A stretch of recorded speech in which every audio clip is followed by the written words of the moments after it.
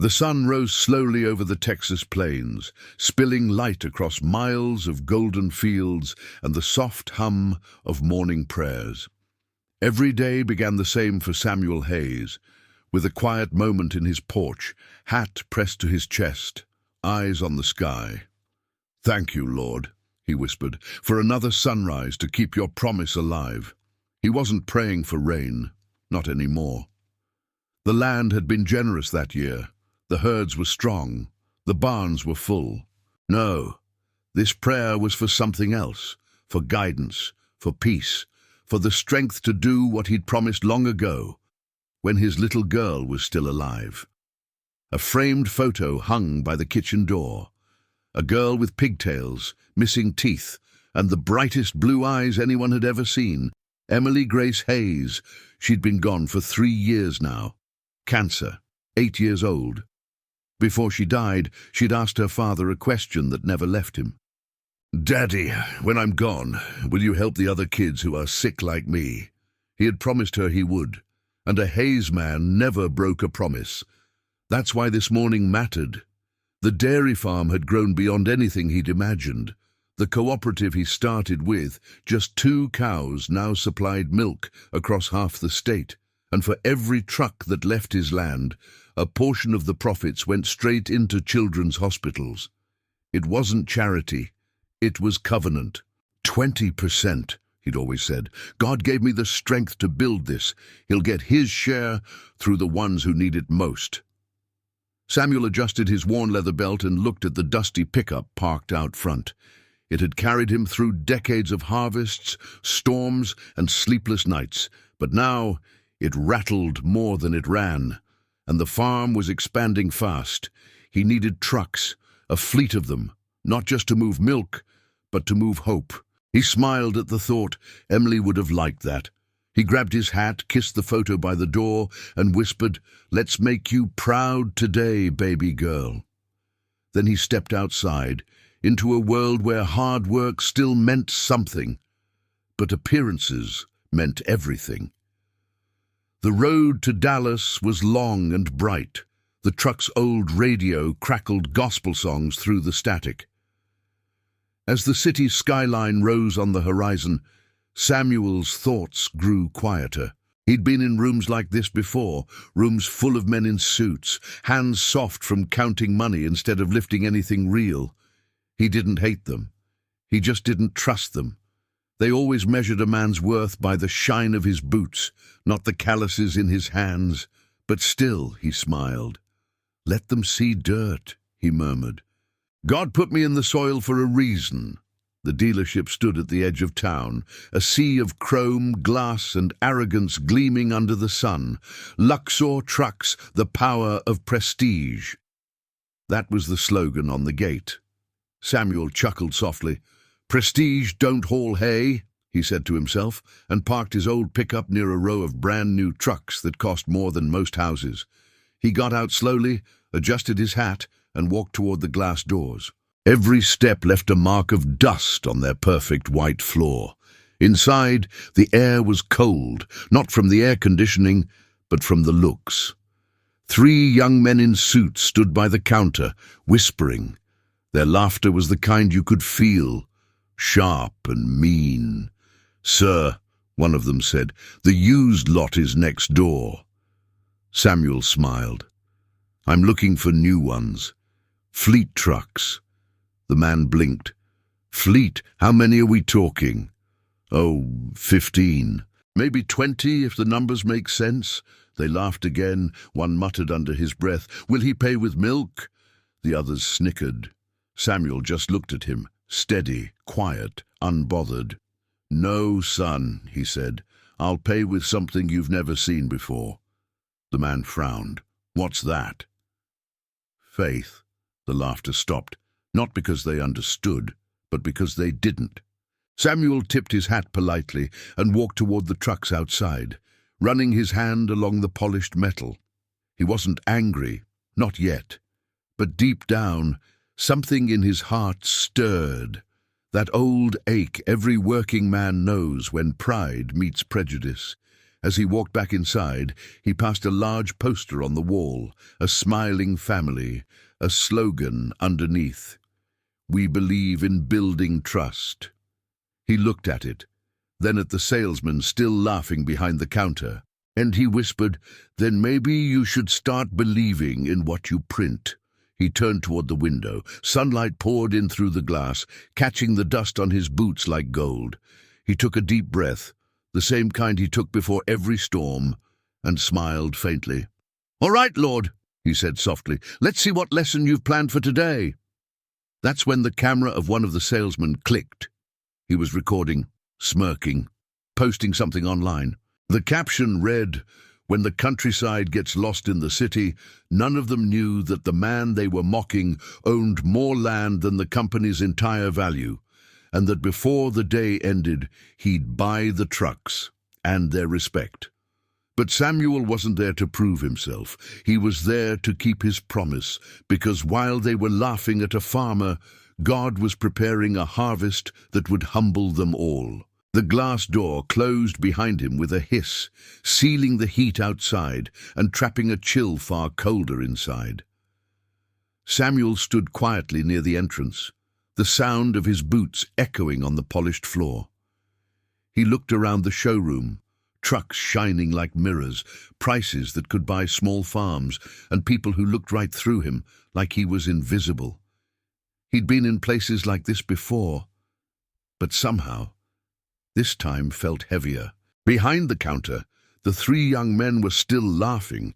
One of them, tall, with slick hair and expensive shoes, whispered just loud enough to be heard, "Somebody call security before this guy tries to trade milk for diesel." The others snorted. The smallest one, eager to impress, pulled out his phone again. "Hold on. This'll make a great post." He zoomed in on Samuel, tilting the camera slightly as if filming wildlife. A quiet caption formed beneath his thumbs. "Real-life cowboy trying to buy a Mercedes, to Texas wildlife."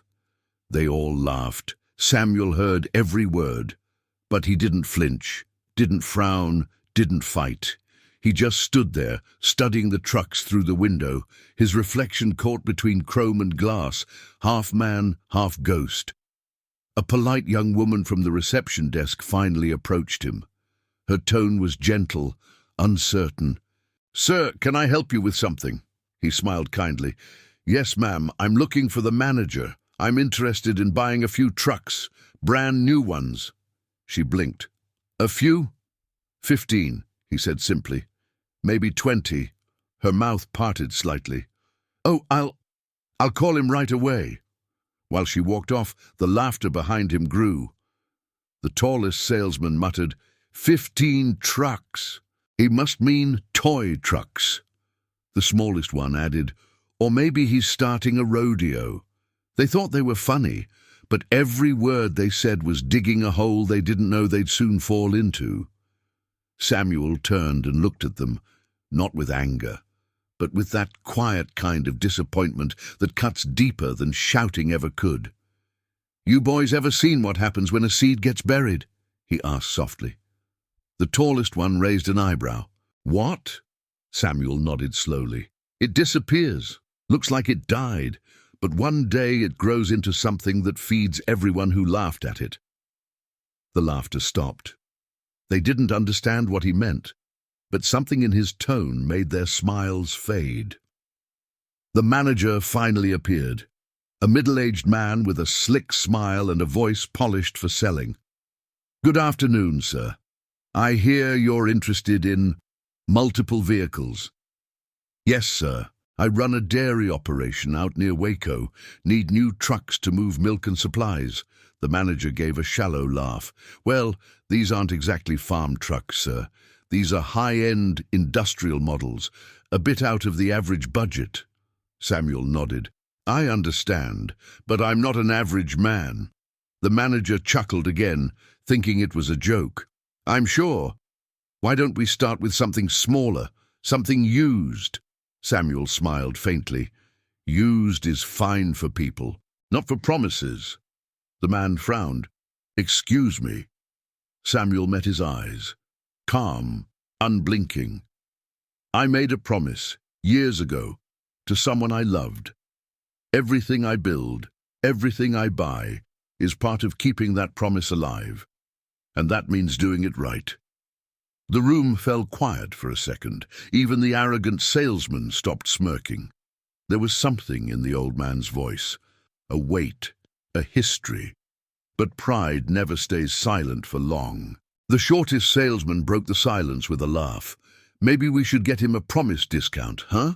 The manager gave a tight smile, trying to maintain control in front of his staff. Sir, why don't we take a look at some numbers?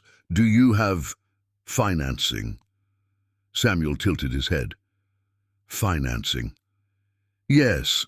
Credit, bank approvals. Samuel interrupted softly. Son, the only credit I ever needed came from above. He reached into his old leather satchel, pulled out a folded piece of paper, a certified bank statement with more zeros than the manager had ever seen in his life. He laid it gently on the counter. No arrogance, no triumph, just truth. I pay cash, he said quietly. Always have. The manager's fake smile froze. He unfolded the paper. Read the number twice. His throat went dry. Sir, this is enough for the fleet, Samuel asked calmly. The man nodded wordlessly. Behind him, the laughter had turned to silence. The younger salesman exchanged nervous glances. The phone that had been filming discreetly now lowered slowly, as if even the device felt ashamed. Samuel adjusted his hat. I'll wait outside, he said softly. Seems quieter out there. He turned and walked toward the glass door. As he stepped into the sunlight, his reflection shimmered briefly on the glass. Dusty boots, tired eyes, and a peace that money could never buy. Inside, the men stood frozen. One whispered, "Who is that guy?" The manager stared at the open file on the counter, the signature E, the cooperative name, Hayes Agricultural Group. He'd heard of it. Everyone had. The largest dairy exporter in the state. The blood drained from his face. They hadn't just mocked a farmer. They'd mocked the man whose company's investments kept the dealership's own bank afloat. Outside, Samuel leaned against his old pickup, looking at the endless line of trucks gleaming under the Texas sun. He pulled out his phone, dialed a number, and spoke softly. Earl, it's me. The trucks are good. Let's go ahead and get the full set. Send the wire by noon. He paused, smiling faintly. And Earl, make sure the first delivery goes to the children's hospital. All right? Emily would like that. He hung up, slipped the phone into his pocket, and whispered, Your promise is safe, baby girl. Inside, the laughter had died completely.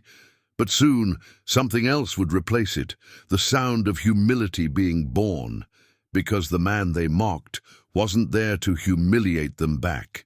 He was there to show them what grace looks like when it walks through the front door wearing dusty boots. Silence has a sound when pride runs out of air. Inside the showroom, it pressed against glass and chrome until even the air conditioning felt nervous. The manager kept staring at the bank statement like it might change if he blinked hard enough. The three salesmen, moments before so loud, now stood in a crooked line, hands glued to their phones, faces pale, waiting for someone older to tell them what to do with the mess they'd made. Samuel didn't speak. He just watched the sunlight slide across a row of stainless steps and polished tires, the way a man who has survived storms watches clouds. He wasn't there to win an argument. He was there to keep a promise. The receptionist, the only one who had looked him in the eye, cleared her throat. Sir, would you like some water? Coffee? Samuel tipped his hat. Water's fine, ma'am. Thank you. The tallest salesman shuffled forward, trying to recover his swagger. Mr. Hayes, right? Why don't we start you with a single chassis, see if it fits, then talk about additional units later? Samuel smiled gently. Son, if I plant one seed in 1,000 acres, I'm not farming. I'm pretending. The manager coughed into his fist. What my associate means is we can build a phased plan. 1 truck now, maybe 2 next quarter, depending on your deliverables. Samuel's gaze softened, not out of pity, but out of patience. I didn't drive 2 hours to nibble. I came to bite. He set his satchel on the counter and slid out a handwritten list, the kind that smells faintly of barnwood and diesel. 18 Class 8 reefers, long wheelbase, factory telematics, side skirts, collision avoidance, PTO ready. I need 2 flatbeds as support, service contract, 24/7, rural radius, no vanity packages, utility first. The manager's eyes flicked across the page, doing math so fast the paper might catch fire. 18 plus 2, that's 20, Samuel said. Milk doesn't rest, and promises don't either. Behind them, the shortest salesman texted furiously in the store group chat, "Delete the video, now, HR will fry us." The middle one typed back, "Too late, I posted it to my close friends. It's already been shared." A new bubble popped up. "Regional director is in this group, genius." The dots stopped dancing. Panic traveled the room like a draft under a door. The receptionist returned with water. "Here you go, sir." Samuel took the glass. "Thank you, Miss Sarah. Sarah, you're the only one in here who remembered people come before products. Don't lose that." The manager forced a smile that never reached his eyes. "Mr. Hayes, I'm sure we can repair the misunderstanding. As a gesture of goodwill, I can offer a discount on a used unit in the back." Samuel's smile thinned. "Used is for stories and saddles. For this, I need new." He turned the list over with 2 fingers. In the margin, a simple line of arithmetic. Projected capacity per truck, runs per day, routes to children's hospitals, a final tally circled twice. 10. He didn't need to look at it to remember. "With this fleet," he said quietly, "we'll lift production enough to help build at least 10 new children's hospitals every year." That's not a number for headlines. That's beds, oxygen, medicine, mothers who sleep without fear for 1 more night. The manager's jaw worked, but words failed. Empires of sales talk collapsed in front of a sentence about children he had never met. A phone rang on speaker, sharp and official. The manager snatched it up. "Luxor Trucks, this is Grant." A voice answered, clipped, professional. "This is Earl Whitman, Lone Star Bank AG Credit. My client, Mr. Hayes, authorized a wire. We see a pending release to your floor plan lender for 20 refrigerated units. You will receive confirmation within the hour. Do not delay PDI or staging. Any questions?" The manager swallowed. "No, sir." "Good. And Grant, treat Mr. Hayes like the partner he is." The line clicked dead. Grant's hands shook. He set the phone down as if it might break the counter. The 3 salesmen stared anywhere but at Samuel. Silence stretched again. Heavier. Truer. Samuel set the glass aside. "Now, about delivery. I want the first 2 trucks headed to Emily Grace Children's Wing down in Waco. We donate refrigeration units every quarter. Put your logo small on the back doors, not the front. This ain't about bragging." Grant blinked. Of course. He scribbled without seeing. A pair of well-heeled customers stepped through the entrance, cologne arriving before them. One snapped his fingers at the counter. "We need someone now." Grant began to pivot, reflexes dragging him toward money dressed like money. Sarah moved first. "Gentlemen, we'll be right with you. Mr. Hayes is closing a fleet order." The 2 men looked at Samuel's boots, then at Sarah, then at the trucks outside. Something in her certainty kept them from arguing. They stepped aside. For the first time all morning, the room tilted toward what was right. Samuel nodded to her. "A private thank you." He turned back to Grant.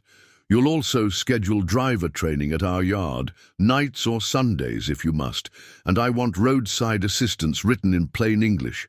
When a driver's stranded at 2 in the morning, he doesn't need poetry." Grant forced a chuckle that died quickly. "Yes, sir." The shortest salesman cleared his throat. Voice small. "Mr. Hayes, I—" Samuel spared him the struggle. "Son, keep your apology. Spend it on the next person who looks like they don't belong. That's where it earns interest." He picked up the pen the manager had laid out. It was one of those heavy ones that try to feel like power. Samuel rolled it between his fingers, then set it down. "I'll sign when the service terms match the list, not a word less." Grant nodded fast. "Understood." The showroom door chimed.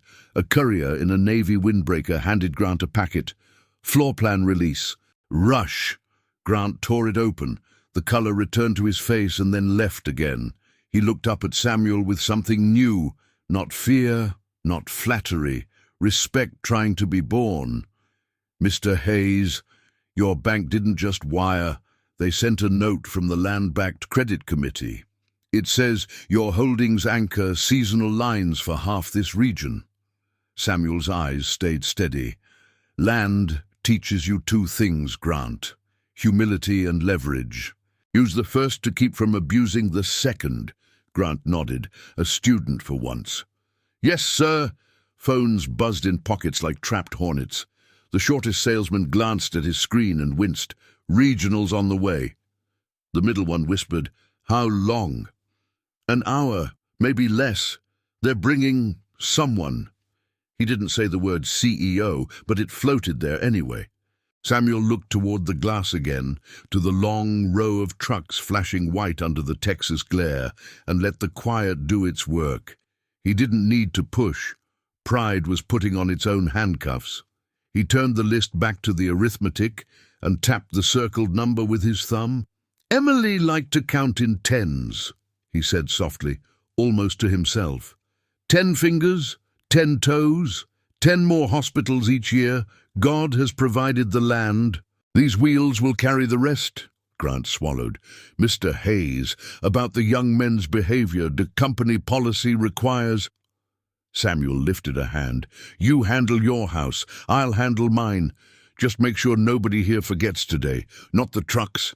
The lesson—" Sarah slid a fresh set of forms across the counter, neatly clipped, exactly what he had asked for. "Service terms, rural radius, training schedule, and the charitable clause you mentioned. We drafted a one-time match from the dealership to children's care on first delivery." For the first time, Samuel's smile reached his eyes. "Good work, Sarah. That's how trust is built." He signed one page, then another, then another, his name traveling across paper like a plow line. When he finished, he capped the pen and set it carefully at the center of the counter, the way a man sets a stone on a grave, to remember. Outside, a far-off rumble grew into the rhythm of tires on hot pavement. Sarah glanced toward the windows. On the calendar pop-up at her screen, a new block appeared. Executive drop-in, 62 women. The tall salesman swallowed hard. Grant straightened his tie twice and still looked untied. Samuel put his hat back on. "I'll be outside when you're ready to talk delivery times. Sun does a man more good than air conditioning." He stepped into the light, boots touching the concrete like it belonged to him because he belonged to the one who made it. He rested a hand on the cold chrome of the first truck in line and closed his eyes for a heartbeat. Not a long prayer, not a speech, just a thank you. Inside, pride paced in a suit while humility pulled up a chair. The showroom was learning to breathe again, and it would never inhale the same way twice. There are rooms so clean they can't breathe. Showrooms like this shine bright but carry no warmth, all glass, no soul. Samuel knew the type. He'd seen it before in bankers' offices and city councils, places where the floor gleamed more than the eyes. He stood by the front window, sunlight drawing dust motes across his shoulders like gold threads. Behind him, voices whispered again, not cruel this time, just restless. The three salesmen had drifted toward the far side of the room, pretending to organize brochures. Their laughter was gone, replaced by the low hum of guilt. The showroom door opened with a soft chime. A woman stepped in holding a boy by the hand. She looked nervous, out of place, wearing a simple dress, her hair tied back, eyes heavy with fatigue. The boy, maybe 6 or 7, wore a baseball cap far too big for his head. He tugged on her sleeve, whispering something about the shiny red truck near the window. Samuel smiled quietly. He recognized that look, a mother trying to give her child a dream, even when money had other plans. The receptionist, Sarah, greeted her kindly. "Welcome to Luxor Trucks. Looking for someone in particular?" The woman hesitated. "My husband. He's applying for a job in the service department. He said they were interviewing today." She glanced around nervously. "I was hoping he might be done soon. Our boy wanted to see the trucks up close." Sarah smiled. "Of course. Feel free to look around." The boy let go of his mother's hand and ran straight toward the biggest truck on display, a silver rig gleaming under the lights like a trophy. Samuel watched him climb up the step rail, his little hands pressing against the cool metal. The boy's eyes widened with wonder. "Mom, one day I'm going to drive one of these." His mother laughed softly. "You'll need to grow a little first." Samuel's heart ached and warmed at the same time. Emily had said almost those exact words once, but about horses, not trucks. He walked over slowly. "Nice choice, son," he said gently. The boy turned startled, then smiled when he saw the kind face under the hat. "Sir, is this yours?" Samuel chuckled. "Not yet, but I reckon it will be soon." The boy grinned. "Wow, you must be rich." The mother gasped, embarrassed. "Jacob!" Samuel laughed softly. "Don't worry, Mum. He's not wrong, but not in the way you think." She smiled shyly. "I'm sorry. He's curious about everything." "Curiosity's a blessing," Samuel said. "Means he's got a good mind. This world needs more of that." He crouched down a little, looking the boy in the eyes. "You like trucks?" Jacob nodded eagerly. "Yes, sir. My daddy drives the little ones. He says someday he'll get one like this, when we save enough." Samuel felt something tighten in his chest. He reached into his pocket and pulled out a small silver coin, an old token from his first dairy truck purchase decades ago. It had the engraving, "By His Grace, We Deliver." He handed it to the boy. "Keep this, Jacob. When you look at it, remember, dreams ain't about money. They're about faith and hard work." Jacob's eyes went wide. "Thank you, sir." The mother looked close to tears. "You didn't have to." Samuel smiled. "Ma'am, blessings don't shrink when you share them. They grow." From across the showroom, the manager watched, arms crossed. Something about that scene unsettled him. He'd seen clients yell, demand, threaten, but not this. The old man wasn't acting like a customer. He was acting like someone who owned peace. One of the salesmen leaned in and whispered, "Grant, what's he doing now?" Grant exhaled slowly, teaching us a lesson without saying a word. The mother thanked Sarah again before leaving, Jacob waving his coin proudly as they stepped into the sunlight. The moment the door closed, the silence that followed was heavy, but not awkward. It was reverent. Sarah looked at Samuel. "You didn't have to do that, Mr. Hayes." He shook his head.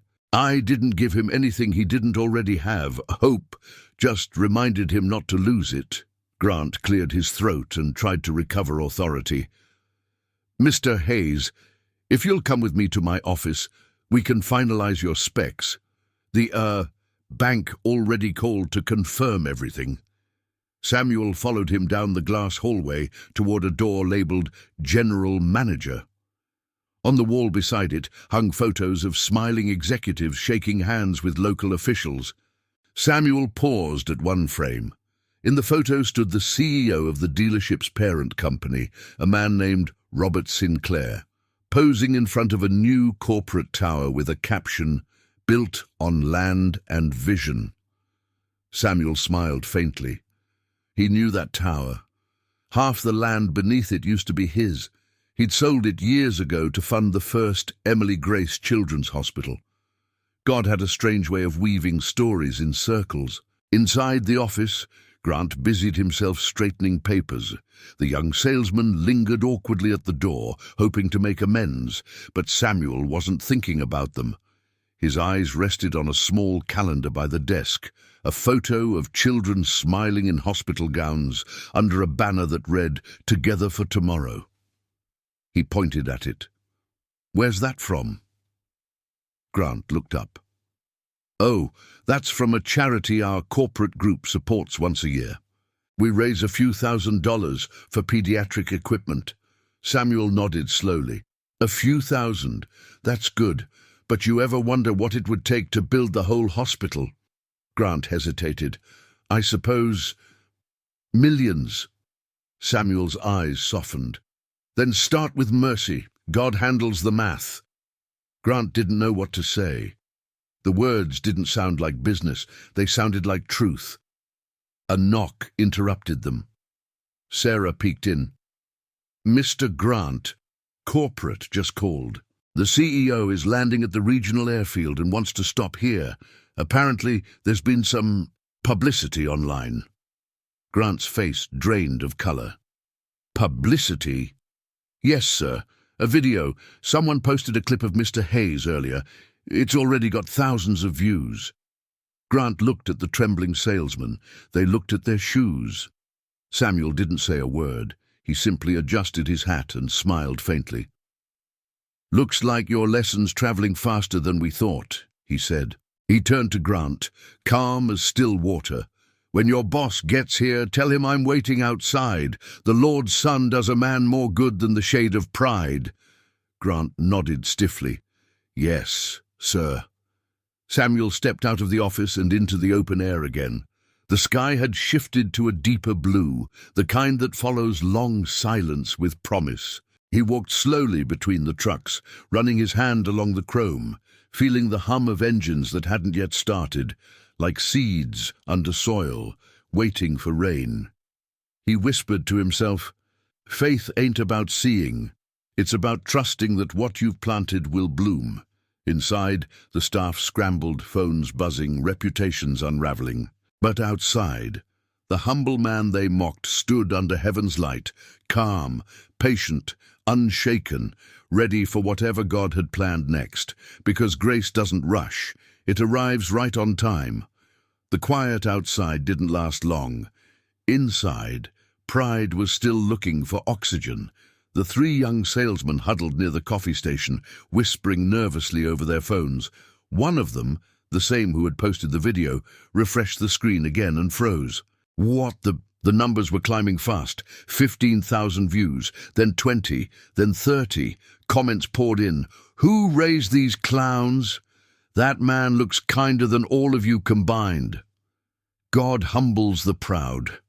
Panic spread faster than guilt ever could. They deleted the post, too late. The internet had already done what the internet does best. Meanwhile, Samuel stood by his old pickup, watching clouds gather far on the horizon. He could smell rain coming, not today, but soon, the kind of storm the land needed. He smiled faintly. "Lord," he whispered, "you sure know how to water the soil when pride gets too dry." Inside, the manager barked orders. Everyone calmed down. "Corporate's on their way. We fix this. We survive. Understand?" The men nodded, but their faces said otherwise. They had crossed a line, one not drawn in policy manuals, but in decency. Grant straightened his tie for the 10th time. His palms were slick with sweat. He stared at the large clock above the showroom floor, its ticking growing louder with every second. The CEO's arrival felt like thunder waiting to break. Sarah moved quietly between desks, closing folders, trying to keep order in the middle of chaos. She glanced at the old man outside, calm, patient, unmoved, and whispered to herself, "He's not waiting for revenge. He's waiting for something bigger." The sound of laughter snapped her attention back, not from joy, from discomfort. The smallest salesman, nerves frayed, tried to joke his fear away. "So what? He's some rich farmer. Big deal. He can buy trucks, we sell them, everyone wins. The tall one shot him a look. You don't get it, do you? That guy's name carries half this town's credit. Credit. Hayes Agricultural. The bank said it on the call. They fund local suppliers, co-ops, maybe even our loan lines. If he wanted, he could pull half the rug under this place. The smallest one swallowed. Then why didn't he say anything? The tall one shook his head slowly. Because some people don't need to shout to make thunder. The manager tried to refocus everyone. All right, when Mr. Sinclair arrives, nobody talks unless spoken to. We'll apologize, explain, offer the fleet deal with extended service. We might even... His sentence stopped cold. The sound of an engine approached outside. Heavy, precise, powerful. Not one of the dealership trucks, a corporate vehicle. Through the glass, they saw it pull up. A black SUV with tinted windows and a company emblem shining on the door. The CEO was here. Inside, tension thickened. The staff lined up near the entrance, every collar straight, every fake smile rehearsed. Sarah stood apart, hands folded, silent. The door opened. Robert Sinclair stepped in, tall, grey-haired and sharp-eyed. His presence filled the room, the way lightning fills a sky. He scanned the floor once, then twice. No one breathed. Finally, his gaze stopped at Samuel outside, leaning against his pickup under the sunlight, hat tilted forward. He turned to Grant. "Is that him?" Grant nodded, voice trembling. "Yes, sir, Mr. Hayes." The CEO's expression softened, almost reverent. "I thought so. Bring me the papers." He stepped outside before anyone could react. The glass doors hissed open, and suddenly the laughter, the whispers, the arrogance, all were gone. "Mr. Hayes," he called out, walking toward him with a smile. "I've wanted to meet you for years. Sir, it's an honor."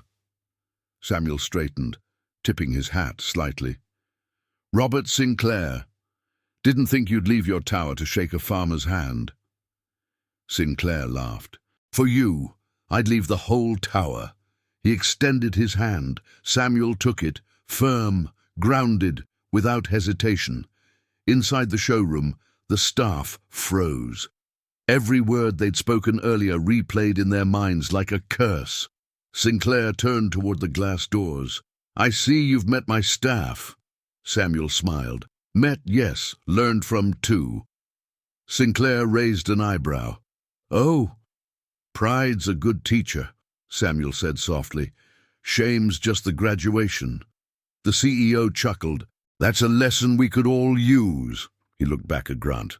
"How many trucks are we selling him today?" Grant stammered. "T20'd, sir." "Good," Sinclair said. "Make it 22, and give him a full lifetime maintenance package. We owe him that much, and a lot more." One of the younger salesmen, face pale, stepped forward. "Sir, we didn't know who he was." "It was a mistake." Sinclair's tone stayed calm, but his eyes cut sharp. "Mistake? Son, a man's worth isn't in who he is. It's in how you treat him before you know." Silence. No defense left to offer. Samuel placed a hand on Sinclair's shoulder. "Don't be too hard on them. They just haven't learned that respect costs less than arrogance and pays better than commission." Sinclair nodded, humbled by the grace in the old man's voice. "You're a better man than I, Mr. Hayes." Samuel smiled faintly. "No, just a man who's been forgiven enough to know how to forgive." Inside, Sarah's eyes glistened. The staff looked smaller now, not in stature, but in spirit. Their world had turned upside down in a single handshake. Sinclair gestured toward the fleet outside. "Let's get your paperwork finalized. And Mr. Hayes, I'll be proud to have our truck serve your mission." Samuel nodded. "This fleet will carry milk, but more than that, mercy. Every gallon, every mile, part of it goes to build hospitals for kids like my little girl. The Lord gave her 8 short years, but through her, we'll give thousands of others more." Sinclair swallowed hard. 20% of profits, right?" Samuel smiled. Always. And with this new fleet, we'll have enough to build 10 new hospitals every year. The CEO turned to his stunned staff. Now that, he said quietly, is what real wealth looks like. The moment hung in the air, not loud, not dramatic, just powerful, holy even. And for the first time that day, everyone inside the dealership understood that they hadn't just witnessed a transaction, they'd witnessed redemption wearing work boots. When Robert Sinclair stepped back inside, the air changed. He didn't speak right away. He just walked slowly across the showroom floor, the kind of silence that follows thunder when everyone realizes what power really sounds like. The three salesmen straightened their ties, their faces pale, their eyes fixed on the floor. Even the sound of their own breathing felt too loud. Sinclair stopped by the counter, resting his hand on the edge of the glossy black surface. Then he looked up, his voice steady but heavy with meaning. "Gentlemen," he said, "do you know who that man outside is?" No one answered. Sinclair turned to Grant, the manager. "Tell them—" Grant's voice trembled. "Mr. Hayes is the founder of Hayes Agricultural Group, largest dairy operation in Texas, and the single largest land investor in this region." Sinclair nodded. "Correct. But that's not all." He walked to the glass wall, pointing towards Samuel, who stood quietly by his old pickup truck, sunlight tracing his silhouette against the row of new rigs. "That man out there isn't just a farmer. He's the reason this dealership exists. Half the financing that runs through our bank is backed by his land. And the only reason he came here today was to buy trucks to keep funding children's hospitals across the state." The words hit like bricks dropping into still water. Every ripple carried guilt. Every glance met the floor. The youngest salesman whispered, "Oh, God." Sinclair turned sharply. "Exactly, God.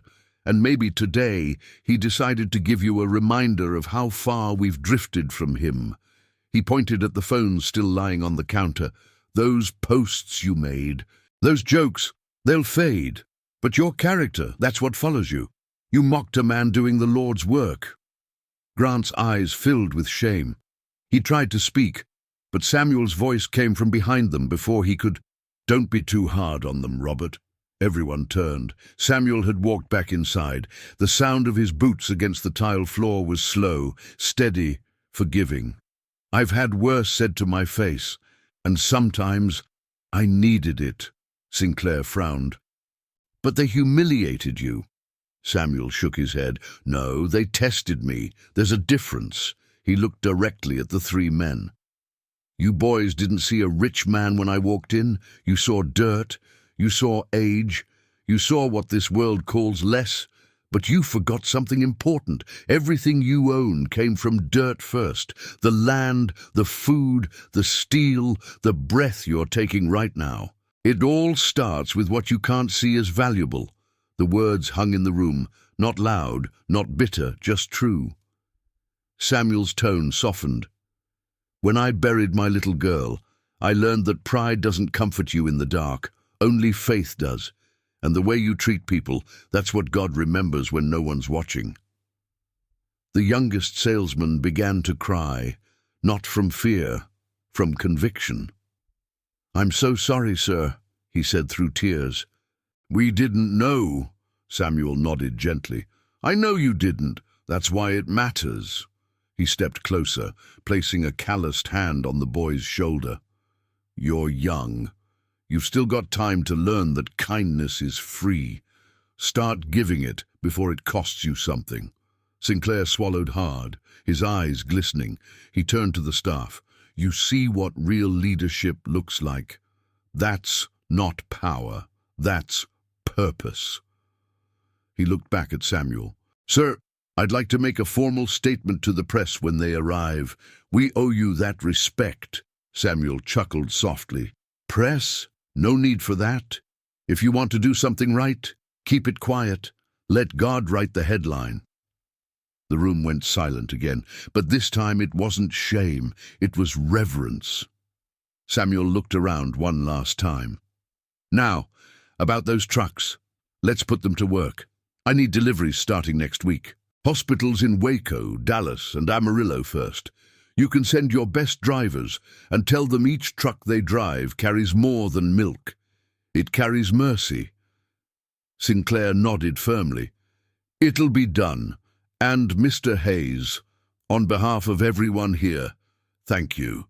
Samuel tipped his hat. Don't thank me. Thank the one who provided. As he turned to leave, Sarah, the receptionist, stopped him gently. Mr. Hayes, she said softly, I watched how you handled all this.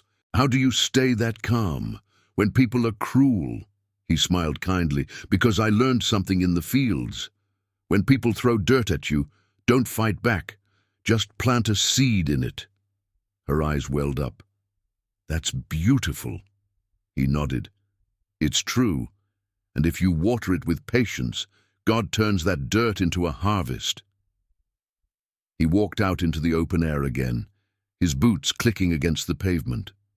The sky had shifted, a soft grey rolling in from the west. Rain wasn't far now. Sinclair followed him to the door, hands clasped behind his back like a student escorting a teacher. Mr. Hayes, he said, I've met men worth millions who never left a mark, but I think you've changed everyone in there today. Samuel smiled faintly. Money builds walls, grace builds bridges. The trick is knowing which one you're called to build. The first drops of rain began to fall, soft against the hood of his pickup.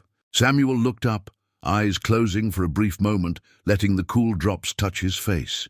He whispered quietly, Thank you, Lord, for watering both the land and the hearts. Then he climbed into his truck, the engine rumbling to life with a deep, steady sound, like thunder rolling across miles of open sky. As he pulled away, everyone inside the dealership stood watching through the glass, silent, small, changed. And somewhere between heaven and earth, a promise kept long ago was still bearing fruit. 3 days later, the rain had passed. The Texas sky was bright again, that kind of endless blue that seems to start inside the soul and spill upward. The air smelled of wet soil and diesel, a perfume that belonged to men who worked for a living. At the edge of the Hayes agricultural yard, engines hummed in a neat line. 20 brand-new trucks, spotless, powerful, painted in pearl white with a single silver stripe running along each side. On the doors, in modest letters, it read, Hayes Agricultural, Faith in Motion. Below it, even smaller, Powered by Grace. Samuel stood in front of them, hat in hand, eyes quiet and proud. He wasn't looking at machines. He was looking at answered prayers. Beside him stood Robert Sinclair, the CEO, hands still too clean for the countryside, but heart more open than it had been in years. The 3 young salesmen were there too, no suits this time, just company polos and shame turned into gratitude. Sarah stood a few steps behind them, clipboard in hand, watching the morning unfold. One of the drivers whistled softly. Never seen trucks look this clean, he said. Samuel chuckled. That's because they haven't sinned yet. The men laughed, and even Sinclair couldn't help but smile. Then Samuel turned serious. All right, boys, gather round. Before we move a single wheel, I want to say something. The drivers stepped closer. The staff from the dealership did too. Even a few local workers stopped to listen. Samuel took a deep breath. I didn't come here today to celebrate trucks. I came to celebrate what these trucks will carry. He pointed at the first rig in line. This one's headed to the Emily Grace Children's Hospital in Waco. Every week, it'll bring fresh dairy, free of charge, to the kids who can't leave their beds. He pointed at the second. That one's going north, to Dallas. The hospital there is expanding, and we're helping fund 10 more pediatric wings just like it. He paused, his voice softening. You see, when my little girl got sick, I asked God to heal her. He didn't, at least not the way I wanted. But he gave me something else. A mission, a reason to keep breathing, a promise to keep my hands working until every child who needs help gets it. The yard was silent, except for the low hum of idling engines. Even Sinclair's eyes glistened. Samuel looked at the young salesman. "You boys thought I came to show off money, but the truth is, money's just a tool, like a wrench or a plow. The real work is in the heart that holds it." He stepped closer, voice calm and full of weight. "Justice without anger, that's what God taught me. It ain't about revenge. It's about reflection. You look at the people who wronged you and ask, what would have saved me when I was still blind?" The youngest one, the same who had filmed him, wiped his eyes. "You saved us, sir. You really did." Samuel shook his head. "No, I just reminded you what was already planted inside. You were raised better. You just forgot." Sinclair stepped forward, his voice steady but reverent. "Mr. Hayes, on behalf of the company, I want you to know that the incident last week changed us, not because it went viral, but because you showed us grace when you could have shown us power." Samuel smiled faintly. "Grace is power, Robert, just a quieter kind. The world's full of men who can buy fleets, but short on men who can forgive one insult." Sinclair nodded slowly. "I understand that now. That's why we're creating something new, the Hayes Initiative. For every truck we sell this year, 1% of the profit will go to children's hospitals. Your legacy won't stop here." Samuel's eyes softened. "That's not my legacy. That's ours. God don't need heroes, just hands willing to work." He turned toward the drivers again. "Now listen up. When you take these rigs out there, remember what they carry. Milk for the body, yes, but hope for the soul. If you treat that load with respect, you'll be part of something bigger than any paycheck." One of the drivers nodded. "Yes, sir." Another asked quietly, "What about the trucks that go to new hospitals? How do we choose where?" Samuel smiled. "You don't. God does. We just follow the route he lays down." Sarah approached with the final paperwork. "Everything's ready, Mr. Hayes. Keys, titles, delivery confirmations." He took the folder and held it for a moment before signing. "Sarah, you've got a good spirit. Don't lose that kindness, even when people around you forget it." She smiled, tears in her eyes. "I won't, sir." He nodded. "Good. The world's short on good hearts and long on loud mouths." As Samuel handed the signed documents back, Sinclair's phone buzzed. He looked at the screen and smiled. "It's already started," he said. "Our PR team says donations are pouring in. People all over the country are talking about your story. Not the money, the message." Samuel chuckled. "Funny thing about truth. It travels faster than gossip when it's got purpose." He looked around the yard one last time. The trucks stood ready, engines rumbling, sunlight reflecting off chrome. It looked like an army of hope waiting for a command. Samuel lifted his hand and pointed forward. "All right, gentlemen. Time to roll. Let's get to work." The first truck eased forward, followed by the next. Engines roared. The wind picked up, carrying the smell of diesel and rain, a strange mix of heaven and earth. As each truck pulled out of the yard, the crowd applauded quietly. Even Sinclair clapped his hands once, then lowered them, head bowed. Samuel watched the line disappear down the dirt road, his reflection fading in the polished metal until there was only sky. He whispered softly, "Justice without anger. That's how you do it, Lord, and you did it again." He placed his hat back on, looked at Sinclair and said, "Robert, this ain't about trucks. It's about trust. You can't buy it, but you can earn it back if you humble yourself." Sinclair nodded. "I'll remember that." Samuel smiled faintly and turned to walk toward his pickup. The ground still damp beneath his boots. Each step leaving a mark, small, real, honest. He didn't look back. Didn't need to. He'd already planted enough seeds for the harvest to come. And somewhere in the wind, carried by the sound of those engines, it was almost like a little girl's laughter echoed through the fields. 2 weeks later, the world had already moved on. At least, that's what the headline said. But grace doesn't need the news to travel. It spreads in quiet rooms, whispered from one grateful soul to another. The story of the farmer who bought the fleet had gone everywhere. Across Texas, across the country. Articles called him the man who paid with faith. But Samuel never read them. He was back where he belonged, among his cows, his fields, and his silence. Until one morning, a letter arrived.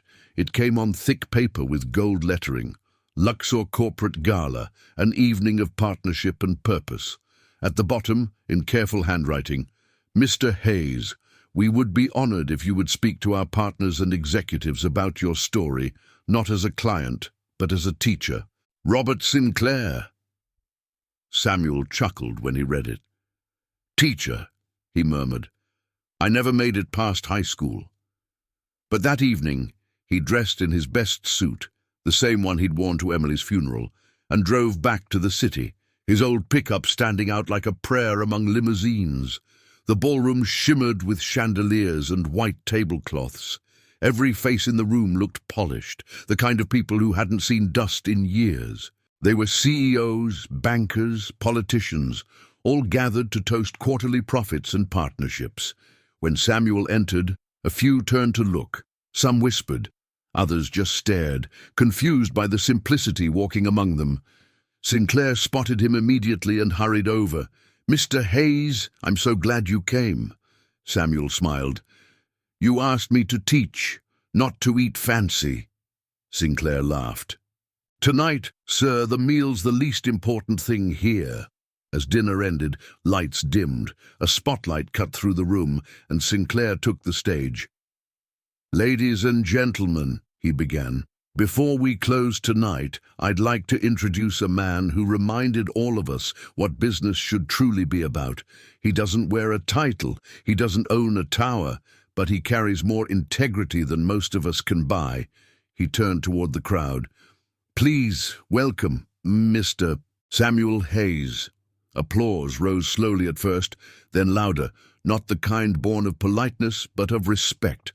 Samuel walked to the stage, hat in hand. He looked out over the sea of expensive suits and diamond watches, and for a moment said nothing.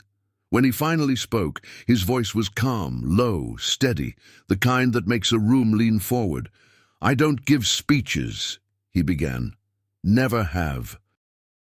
But I was told some of you wanted to hear how a man like me ends up buying 20 trucks and forgiving 20 fools. Laughter rippled gently through the crowd. He smiled. Well, truth is, I didn't come here tonight to talk about trucks. I came to talk about dirt. He let the words sit. You see, the world doesn't think much of dirt. It's messy. It stains. People spend fortunes trying to stay clean. But the Bible says man came from the dust, and the same God who made kings from clay can still breathe life into what the world steps on. The room grew still. Forks stopped. Phones went dark. Every eye was on him. Samuel continued, I was humiliated not long ago, laughed at for being who I am, and I'll admit, for a moment, I wanted to prove myself. But then I remembered, pride doesn't grow anything. It only burns what's already planted. He paused, glancing toward Sinclair. Mr. Sinclair here asked me how I managed to forgive so fast, and I told him the truth. I didn't. God did. He just used my hands to deliver the message. A few people lowered their heads, some crossed their arms, not from defense, but to hold in the weight of conviction. Samuel looked across the tables. You all have power, more than you think. You build companies, move markets, shape futures, but the greatest thing you'll ever build is mercy. He reached into his pocket and pulled out a small silver coin, the same one he'd given to little Jacob at the dealership weeks before. He held it up to the light. This coin was made to buy milk, simple, ordinary milk, but in the right hands, it can buy a child another day to live, because it's not what's in the wallet, it's what's in the heart holding it. He stepped closer to the edge of the stage, his eyes searching the crowd. "When my daughter Emily died, I promised her I'd spend the rest of my life helping children like her. I told God I'd give 20% of everything I earn back to the hospitals that couldn't save her, because maybe they'll save someone else's child." He paused, voice soft but clear. "And he's been faithful. Every year, that 20% grows, not because I'm smart, but because he's generous." The room was silent, except for one sound, the quiet sniffles of people trying not to cry. Samuel continued, "Forgiveness isn't weakness. It's strength in its purest form. It's the bridge between pain and peace. And some of you here tonight," he pointed gently toward the tables of executives, "you've built towers so high you forgot what the ground feels like." He smiled faintly. "Maybe it's time to kneel again, not in failure, in gratitude." For a long moment, no one moved. Then someone started to clap, slowly, sincerely. Then the rest followed, a wave of applause that didn't sound like business, but like redemption. Sinclair walked back to the stage, tears glimmering at the corner of his eyes. "Mr. Hayes," he said quietly, "I don't know what heaven sounds like, but I think it might sound a lot like that." Samuel smiled, placing a hand on his shoulder. "Robert, heaven sounds like forgiveness. You just heard it for the first time." That night, the gala ended differently than any before. No champagne toasts, no talk of profits, just quiet conversations, new pledges, and men and women finally remembering what purpose felt like. As Samuel left, the staff lined the corridor, the same kind of suits who once judged him. Each shook his hand in silence, and when he stepped into the night, the cool air of the city felt lighter, like the world had just exhaled a long-held breath. In the parking lot, he looked up at the stars and whispered, "Lord, you sure know how to turn a mess into a message."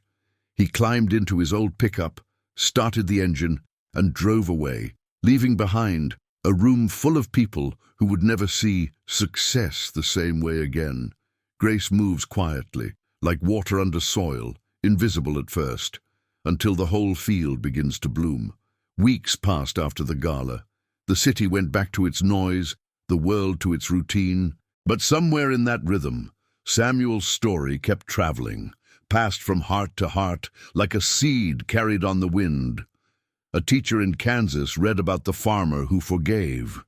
She told her class, "If this man can build hospitals from milk, you can build kindness from patience."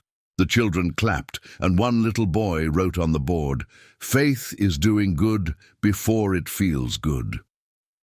A nurse in Ohio taped a newspaper clipping of Samuel's speech to her locker. She told her co-workers, "When I'm tired, I read his words. Forgiveness is the bridge between pain and peace." And a truck driver in Alabama, on his night route, kept a picture of one of Hayes's new rigs taped above the wheel. He said it reminded him that even long roads can lead somewhere holy. At the Hayes agricultural yard, life had found its rhythm again. Engines roared before sunrise, cattle grazed under orange skies, and trucks rolled out one by one, each carrying milk, hope, and quiet purpose. Samuel walked between them each morning, checking tires, shaking hands, blessing every driver before they hit the road. Not with formal prayers, just with words that carried the same power. Drive safe, drive honest, and remember who's really steering. One afternoon, Sarah arrived at the farm unannounced. She stepped out of a small sedan, nervous, holding a brown envelope. Samuel met her halfway, smiling. "Didn't think city folks like dirt roads," he teased. She laughed. "I think I'm starting to." She handed him the envelope. "It's from corporate," she said. "Thought you'd want to see it yourself." Inside was a glossy report, numbers, graphs, photos of smiling children. At the top, it read, "The Hayes Initiative, Q1 Impact." The text beneath made his eyes glisten. 26,000 children fed through hospital nutrition programs. 8 pediatric wings funded, 1,400 volunteers mobilized, and a note projected to reach 10 new hospitals this year. Samuel looked up from the page. 8 wings already? Sarah nodded. Yes, sir, and there's more. She pulled out a letter, handwritten on pink paper with crayons around the edges. Dear Mr. Hayes, my name is Lily. I'm 6. Thank you for the milk. My mommy says you're like Santa, but real. When I get better, I'll visit your farm and pet a cow. Samuel read it twice before folding it carefully, his voice low. That's the kind of report heaven keeps. Sarah smiled softly. Mr. Hayes, you've changed more lives than you'll ever know. He shook his head. God did. I just showed up on time. She laughed through tears. I think that's what faith really is. He looked out over the fields. Maybe so. Sometimes God don't need miracles, just people who'll keep the gate open long enough for one to pass through. Later that week, Sinclair visited the farm too. He wasn't in a suit this time, just jeans, a jacket, and boots still too new. He found Samuel fixing a fence post.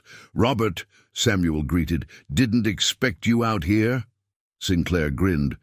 My board said I should see what humility looks like up close. Samuel laughed. You found the wrong man then? I'm just stubborn. They walked the pasture together. Sinclair spoke after a while, his voice quieter. You know, after that night, 3 companies called me. They said they wanted to join the Hayes Initiative. Now, it's spreading. We'll hit 100 hospitals within 2 years. Samuel smiled faintly. Well, looks like God's outdoing himself again. They stopped near the windmill, the blades turning slowly under a warm breeze. Sinclair asked, How do you keep going, Samuel? You've already done more good than most people could dream of. Samuel leaned against the fence. Because grace don't retire, Robert. Every day's another chance to be useful. That's all I ever asked. To be useful. He looked out toward the horizon. When I die, I don't need a statue or a building, just a child somewhere smiling because they got one more day. That's enough legacy for me. At dusk, as Sinclair drove away, Samuel sat on his porch with a cup of coffee, watching the lights of the departing trucks fade into the distance, white dots against a darkening road. He thought about Emily, about her laughter, her tiny hands drawing cows on scrap paper, her voice asking, Daddy, when I'm gone, will you help the other kids? He smiled through tears. I kept my promise, sweetheart, and looks like God's keeping his too. A week later, the local newspaper ran a new headline. The Farmer's Promise, How One Man's Faith Built 10 New Hospitals. But Samuel didn't read it.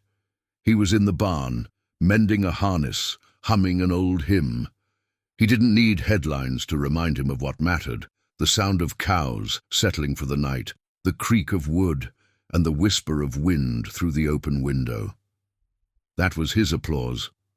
And somewhere in a hospital room, hundreds of miles away, a child raised a glass of warm milk to her lips, smiled, and said, This tastes like love. Her mother nodded through tears. It is, baby. It's love on wheels. The years rolled forward like the steady rhythm of wheels on open road. Seasons came and went, and the fields of Texas stayed faithful, always giving, always growing, like the man who worked them. Samuel Hayes never changed much. He still woke before sunrise, still prayed before breakfast, and still tipped his hat to the sky like he was greeting an old friend. But time, as it does, began to weigh on his body. The shoulders that once carried sacks of feed now carried years. The hands that once turned wrenches now trembled when he signed letters. Even his voice, still warm and deep, had softened, like the earth after rain. One morning, he sat on his porch watching the horizon blush with dawn. A small notebook lay open on his knee, filled with numbers, names, and prayers. Each page carried a list: hospitals built, children healed, trucks donated, souls touched. At the top of the last page, he'd written 4 words in bold: "The promise is kept." He smiled faintly, tracing the letters with his thumb. "Looks like we did all right, Emily," he whispered. "You and me." Later that day, Sarah arrived with a group of visitors, young volunteers from different hospitals. They were there to thank him. Samuel insisted on giving them lunch instead. They sat under the oak tree near the barn, laughing, sharing stories, and taking photos beside the old pickup that had started it all. One boy asked, "Mr. Hayes, do you ever get tired of doing so much good?" Samuel chuckled. "Son, good work don't tire you, it fills you. The only thing that wears a man down is doing nothing when he knows he can." The group laughed softly, but Sarah noticed something in his eyes, a distant calm, the kind people carry when they've made peace with time. That evening, after everyone left, Samuel sat on the porch again, the sky painted with orange and violet. He took a slow breath and whispered, "Lord, you gave me land to work, people to love, and pain to shape me. I've spent it all the best I could. If there's still something left to do, show me. If not, I'm ready to rest." The wind stirred gently, rustling through the tall grass, as if heaven itself was answering, "You've done enough." That night, the moonlight poured across the yard like silver. The trucks were lined up in the distance, quiet, waiting, their metal glinting under the stars, the same stars Emily used to count before bed. Samuel leaned back in his chair, eyes growing heavy. A soft smile rested on his face. "See you soon, baby girl," he murmured. Then his breathing slowed, and in the stillness of that Texas night, the man who turned humiliation into hope went home. The next morning, workers found him there, peaceful, as if just sleeping. On the table beside him lay his notebook, open to the final page. A single verse written at the bottom read, "Well done, good and faithful servant." They called Sinclair first, then Sarah, and soon the news spread across counties and states, but no one called it tragic. They called it beautiful, because some lives don't end, they echo. A week later, thousands gathered for his memorial at the Emily Grace Children's Hospital in Waco. Farmers, doctors, nurses, executives, even the same 3 young men who once mocked him. They stood shoulder to shoulder, not as classes or ranks, but as people who'd been changed by the same man. Sarah spoke first, her voice steady despite the tears. "Mr. Hayes didn't build hospitals," she said.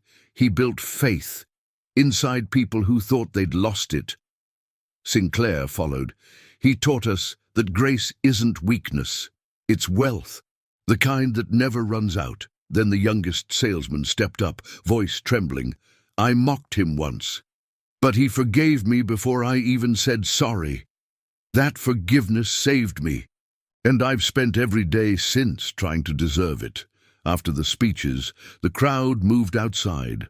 A long convoy of Hayes trucks lined the street, each one carrying flowers instead of milk. Their engines rumbled softly like a chorus saying goodbye. As the first truck rolled forward, a message appeared on its trailer, painted in white letters, "In memory of Samuel Hayes, the man who paid with faith." The crowd applauded quietly as the convoy disappeared over the hill, the sun rising behind them. Months passed, then years, and the world kept turning, but the ripple never stopped. New hospitals continued to rise.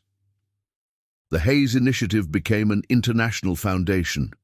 Every driver, every child fed, every doctor funded, each became another line in a story that started with laughter and ended in light.